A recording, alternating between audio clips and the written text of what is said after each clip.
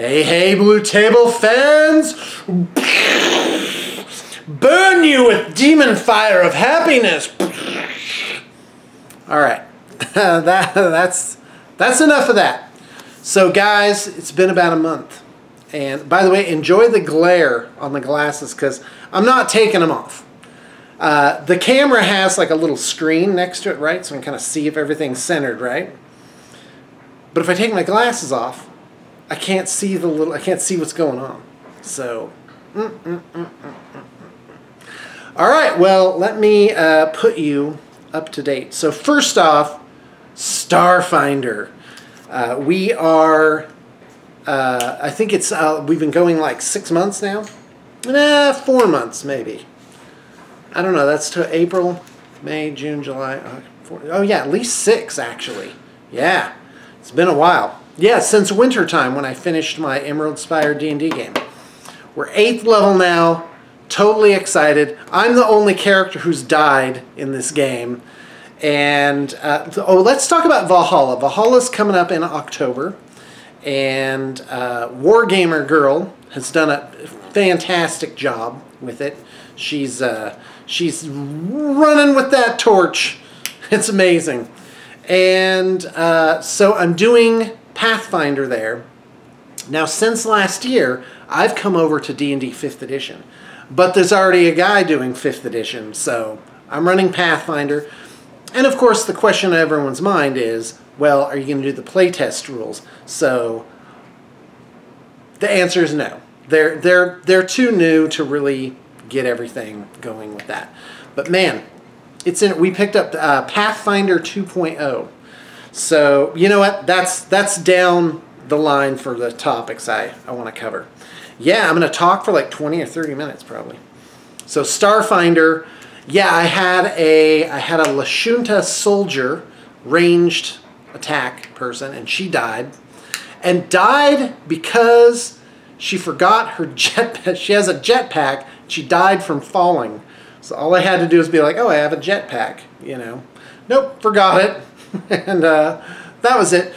But, you know, sometimes characters gotta die to make it, like, exciting. And I actually think we may have a couple character deaths in this upcoming session. Oh, how is Blue Table doing? Awesomely. Just fantastic. For years now, it's just been stable. Stable and peaceful, and I love it. Oh my gosh, I have so much peace. In fact, the lack of videos is sort of a byproduct of that. It's like, well, I don't gotta wave my arms to make sales, so, you know. But the other day I was thinking about it, and I was like, you know what? I have a little community, just a little Blue Table community. It's very modest, but it's there. And I owe it to you guys to, you know, keep you up on what's going on. But then again, if I told you everything going on in my life, your eyeballs would pop out of your head. And I mean, my life is interesting. I live a very full, interesting life. And I've actually thought of starting like a dating coach service, because I think at this point I would be good at that, but I'm not sure really how to go about it. Well, I didn't know what I was doing with Blue Table Painting either, but I would continue this too. Like this is great. Like miniatures are not going away for me. I love it. So get used to having me around. All right, so Starfinder, yeah, we're 8th level. I play Vesk. But the skin that I have on it is a sentient gorilla. I'm using a Carmen miniature from the AT-43 line, which, I don't know, you'll just have to Google it. And I also play a Sheeran, which is like an insect race, a medic. And boy, I don't know what the party would do without him. On our last session though, both of my characters were down. And I don't know. I don't know if we're going to make it. I feel a TPK coming on. And what will we do after that? Because I got to say, having someone else being the game master has really been wonderful. Like, all I need to, you players, you just got to show up with your character. You're not got to do anything. It's like, it's such an uneven distribution of the sort of burden of running the game. So, all right. Well, let's see. During the summer, I had 2 Latvian bookseller girls as boarders, and they work for this company, selling books door to door, and that was just a great experience. They were absolutely fantastic. But today, they fly back to Latvia, so they came by and said goodbye, because like in rotation, they would, like, 'cause some of them were transferred out and then transferred in, and that was, it was pretty cool. My kids really thought they were great, and I think it really expanded their horizons to, you know, meet someone from this different country and sort of get a little bit of a cultural exchange. So that was really cool. That's one thing I have going on. Well, I guess not now, right? All right. Hey, I want to show you something. I bought a cookbook. And I own some cookbooks, but I've kind of just sort of dabbled. I've just bought them, you know, bargain bin. I bought, like, those magazine cookbooks, you know, and but I got this bad girl. Now, this is French cooking, and let me tell you, this is complicated stuff. So, but this book is so gorgeous. I absolutely love it. Look at the art in this book. Let me see if I can get that up there. I mean, it's just exquisite stuff. And about a third of this stuff I would feel competent enough to make it. But I don't know. It's time to ramp it up to the next level. So, as many of you know, I choose a major area to improve my life, sort of round myself, make myself a better man, choose a new one every year. 2016, cooking. I did Italian, French, and Moroccan, and not much, by the way. Like, prepare to be unimpressed by, you know, I guess my repertoire of abilities. But I did go from zero, from, you know, bachelor cooking, like ramen, and if you put in some frozen vegetables from a bag, that was like, ha, so fancy.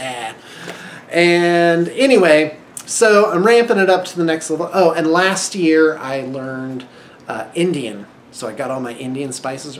Well, that was kind of this year, too. So, excited for that. That's good. Let's talk about Pathfinder 2.0. So, as many of you know, there was Dungeons and Dragons, and then they got it to 3rd edition, which was late 90s. And then, my timeline's not quite right here. But anyway, Wizards of the Coast bought Dungeons and Dragons, basically. And they, then they did D&D 4.0. And it wasn't great. It turned into kind of this video game, little board game thing. I liked it. I bought a ton of the books, as usual. And we actually played it back in the Badger Hole in '08.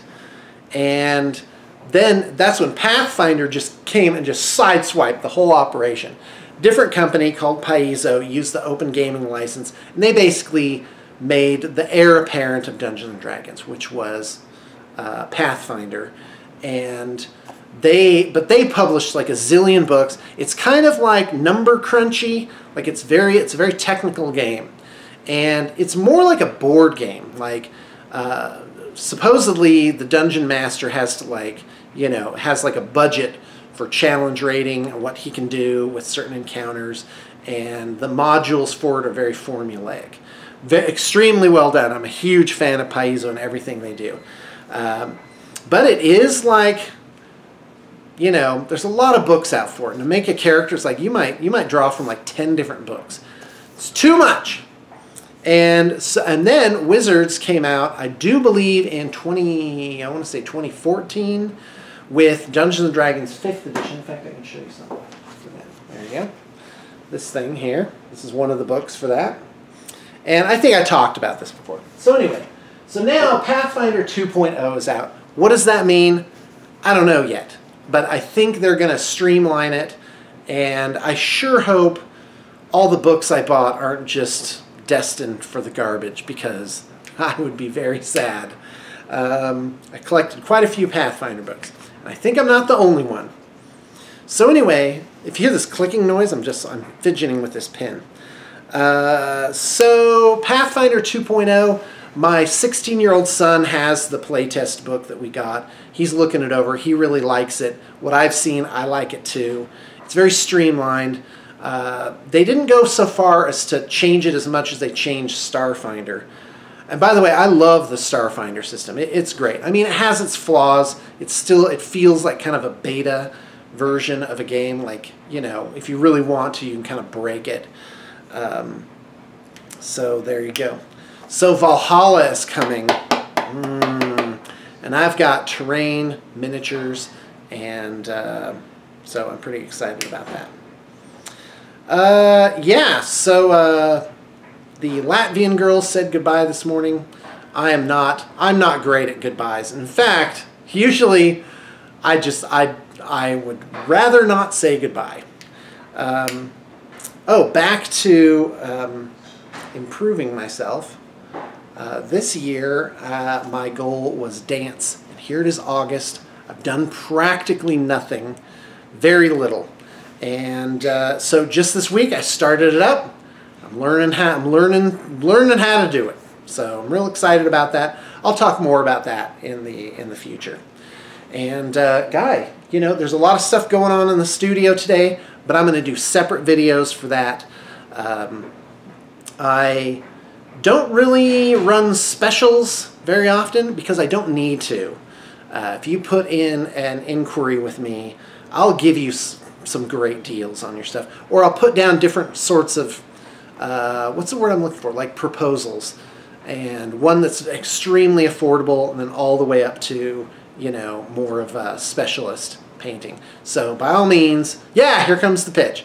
By all means, put in your inquiry. Right now, for the last, well, seems like last year we've been steady at 40 projects, and that, guys, that's a really, really good number. I went back to the records like for 2010, and we were averaging 60 or 80 projects.